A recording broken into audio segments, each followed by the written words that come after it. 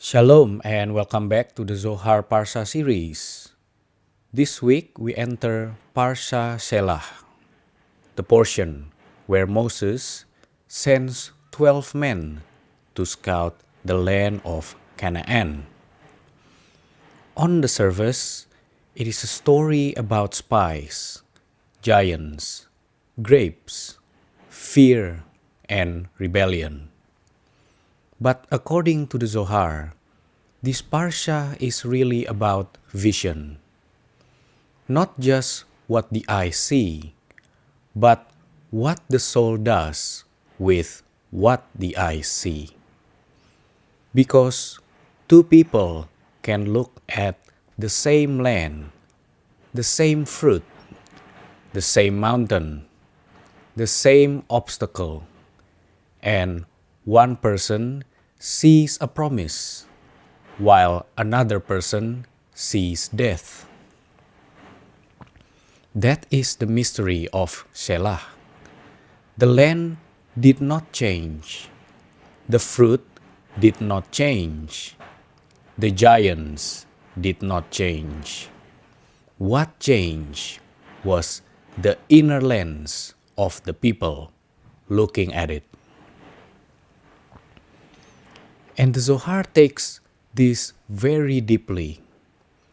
It says the spies were not random men. They were leaders. They were respected. They were people of stature. But leadership in the wilderness is not always leadership in the land. The wilderness is a place where everything is given from above. Manna from heaven, water from the rock, clouds of protection. The land is different. In the land, holiness must enter soil, work, planting, building, responsibility, and daily life. So the spies were facing more than a military question. They were facing a spiritual transition. Could they move from receiving miracles to embodying holiness? Could they stop being children of the desert and become builders of the land? The Zohar reveals that this is where their fear began. They were leaders in the desert, but they feared they might lose that position when the people entered the land.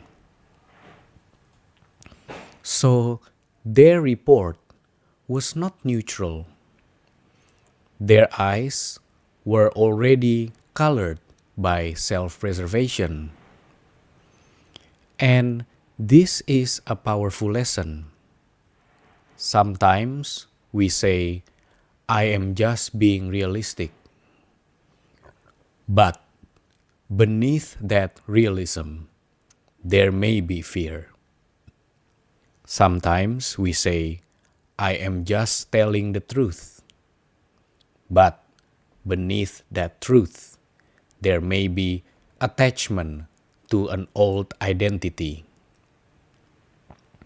The spies saw giants, but the real giant was their own fear of change. Before they went, Moses asked them a strange question. Is there a tree in the land or not? The Zohar says this was not only about physical trees. Moses already knew the land had trees. This was a mystical question. Is the tree of life present there? Is the flow of divine life rooted in that place. Is this land drawing from ordinary nature or from a higher source, from the hidden depth called Ayin, the holy nothingness beyond ordinary perception? That is why Moses told them to bring back fruit. The fruit would reveal the inner source of the land. And what happened? They brought back enormous fruit. The land was overflowing. The promise was visible. But when fear controls the mind, even blessing becomes evidence against blessing. The same fruit that should have said, "Look how alive this land is," became part of the fear story. They said, "Yes, the land flows with milk and honey, but the people are strong, the cities are fortified, the giants are there." That little word, "but," changed everything. The fruit was real. The promise was real. But the fear was louder. This is why Shelach is so relevant to every generation. Many people do not fail because there is no blessing in front of them. They fail because they interpret the blessing through the eyes of fear. The open door looks dangerous. The new calling looks impossible. The promised land looks like a devouring land. And then the mouth begins to speak what the frightened eye has imagined. The Zohar pays close attention to Caleb and Joshua. Joshua receives protection from Moses. Moses adds the holy letter Yud to his name, changing Hosea into Yehoshua. In the Zoharic language, Joshua is connected with the Shekinah, the divine presence, so that he can enter the land with a completed spiritual vessel. Caleb has a different path. He does not receive the same visible blessing from Moses. So, what does he do? He separates from the group and goes to Hebron, to the burial place of the patriarchs, and prays there. That detail is very important. Caleb understands something. When the group mind becomes infected with fear, you must reconnect with root consciousness. You must go back to Abraham, Isaac, and Jacob. You must go back to covenant. You must go back to the deep promise that existed before your panic. Caleb does not defeat fear by arguing first. He defeats fear by anchoring himself. Only after he is anchored can he speak. And when he speaks, he does not speak like the 10 spies. He says In essence, we can go up. We can inherit it. We are able. This is not shallow positivity. This is holy sight. Caleb sees the same giants, but he does not give the giants authority over the promise. The Zohar also interprets the enemies in the land as inner forces. Amalek is not only an external nation. Amalek is the inner prosecutor, the force that attacks the soul when it tries to enter holiness. Amalek says, "Who do you think you are?" Amalek says, "You are too weak." Amalek says, "This path is too hard." Amalek says, "Go back to Egypt. At least Egypt was familiar." And this is the voice that the spies amplified. But Joshua and Caleb answer differently. They say, "Do not fear the people of the land, because they are bread for us." Mystically, this means the obstacle itself becomes nourishment. What tried to block you becomes the thing that strengthens you. What looked like a giant becomes bread. What looked like opposition becomes fuel. The Zohar says the harsh shadow over the enemies had already departed. In other words, from the higher view, the barrier was not as powerful as it appeared. But the people could not receive that view.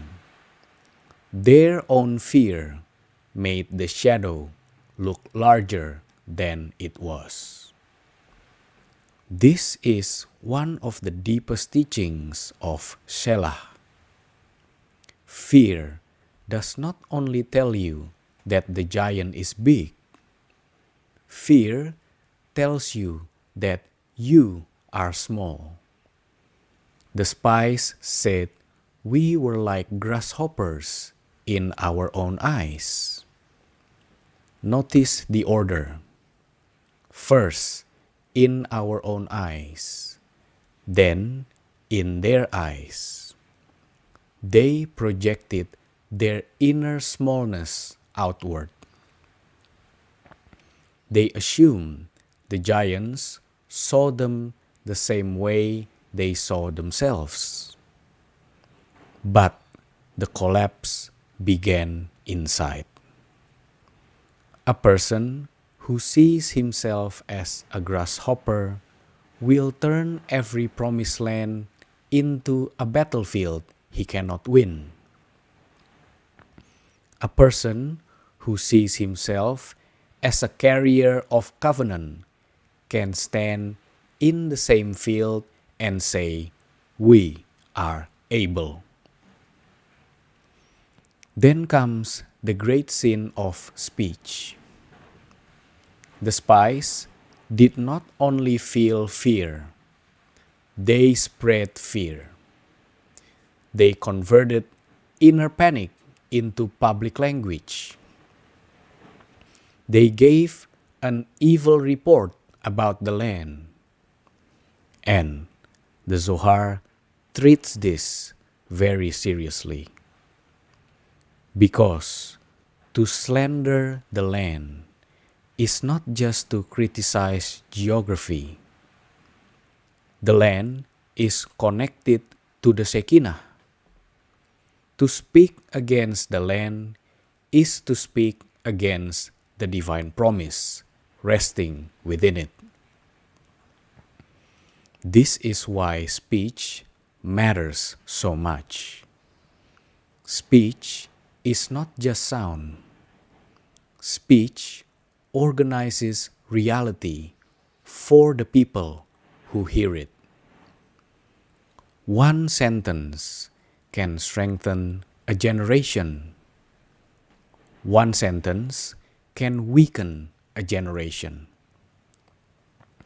One sentence can make people stand. One sentence can make people collapse. This is also why the Haftarah matters. Later, when Joshua sends spies into Jericho, he sends only 2. Mystically, it is as if Joshua learned from Shelach that not everyone who can gather information can carry promise. A scout does not only need eyes. A scout needs a purified heart. The wrong messenger can bring back correct details and still damage the people. The right messenger can enter danger and return with courage. So Shelach teaches us to be careful who we let interpret reality for us. Some voices see difficulty and call it destiny. Some voices see difficulty and call it training. Some voices see a giant and say, "Stop." Some voices see a giant and say, "This is where the covenant becomes real." The 10 spies describe real things, but they arrange those real things into a false spiritual conclusion. That is the danger. And this is why the consequence becomes so heavy. The spies spent 40 days in the land, and the people receive 40 years in the wilderness. In the inner reading, this is not random punishment. It is measure for measure. A day of distorted sight becomes a year of delayed embodiment. A moment where the eye refuses promise becomes a long season where the body must learn trust again. The wilderness then becomes a classroom. Not a rejection forever, but a purification of perception. The old generation cannot enter because their inner image is still Egypt. They may be physically out of Egypt, but their imagination still belongs to Egypt. And the land cannot be inherited by an Egypt-shaped imagination. It needs a generation whose inner world has room for covenant. Not every fact is truth. A fact becomes truth only when it is placed inside the light of God. Without that light, even accurate details can become a lie. So, the people wept. They wanted to return to Egypt. And the tragedy is that they were standing right before destiny. But their own fear convinced them that destiny was death. This is why the parashah ends with Tzitzit. At first, it may seem disconnected. We had spies and giants, and suddenly we have fringes on a garment. But according to the Zohar, it is perfectly connected. The whole parashah is about corrupted vision. The spies saw wrongly. They interpreted wrongly. They followed the panic of the heart and eyes. So, the Torah gives a repair for the eyes. Tzitzit are meant to be seen. You look at them and you remember. You remember the commandments. You remember the king. You remember that the heart and the eyes cannot be allowed to wander without guidance.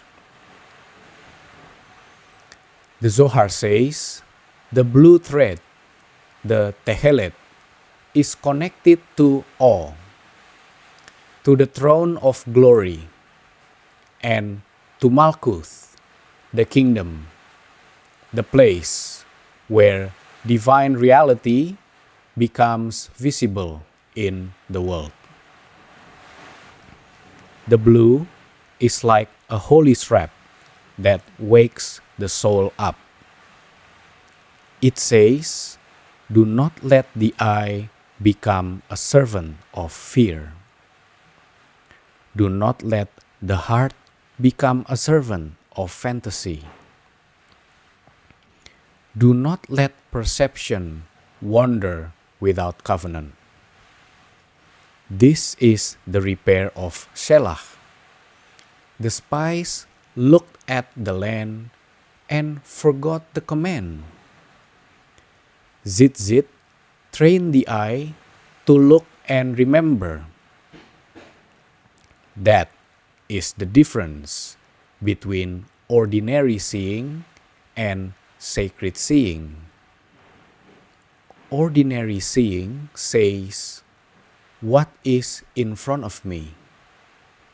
Sacred seeing asks, "What is God showing me through what is in front of me?" Ordinary seeing stops at the giant. Sacred seeing looks through the giant and sees the promise behind it. Ordinary seeing says, "The fruit is too large. This place is dangerous." Sacred seeing says, "The fruit is large because the land is alive." So, what is the practice for this week? Very simple. Watch your eyes. Watch your speech. Watch the story you create between what you see and what you say. When you face a challenge, pause before naming it impossible. When you see a blessing that feels too big, do not immediately call it danger. When you feel small, do not assume the world sees you as small. Return to Caleb. Go back to the root. Pray from the place of covenant. Return to Joshua. Let the holy name be added to your identity. Return to the Tzitzit. Let your eyes be trained by remembrance. This week, the land is not only outside of us. The land is the next level of our own soul. And every next level has giants at the border. But the giants are not there to stop us. They are there to reveal whether we are still ruled by Egypt or whether we are ready to walk as children of covenant. Shelach teaches us that the difference between exile and inheritance begins in perception. What do you see? What do you say? What story do you give to the people around you? May we be protected from the counsel of fear. May we be given the eyes of Caleb and Joshua. May our speech strengthen, not weaken. May the fruit of the land remind us that divine promise is not small. And may every giant become bread for the journey. And may we never confuse fear with wisdom, smallness with humility, or delay with defeat. The land is still alive. The promise is still before us. And the soul that remembers can still enter with peace. This is the inner light of Shelach, and this is the path before us. Shalom.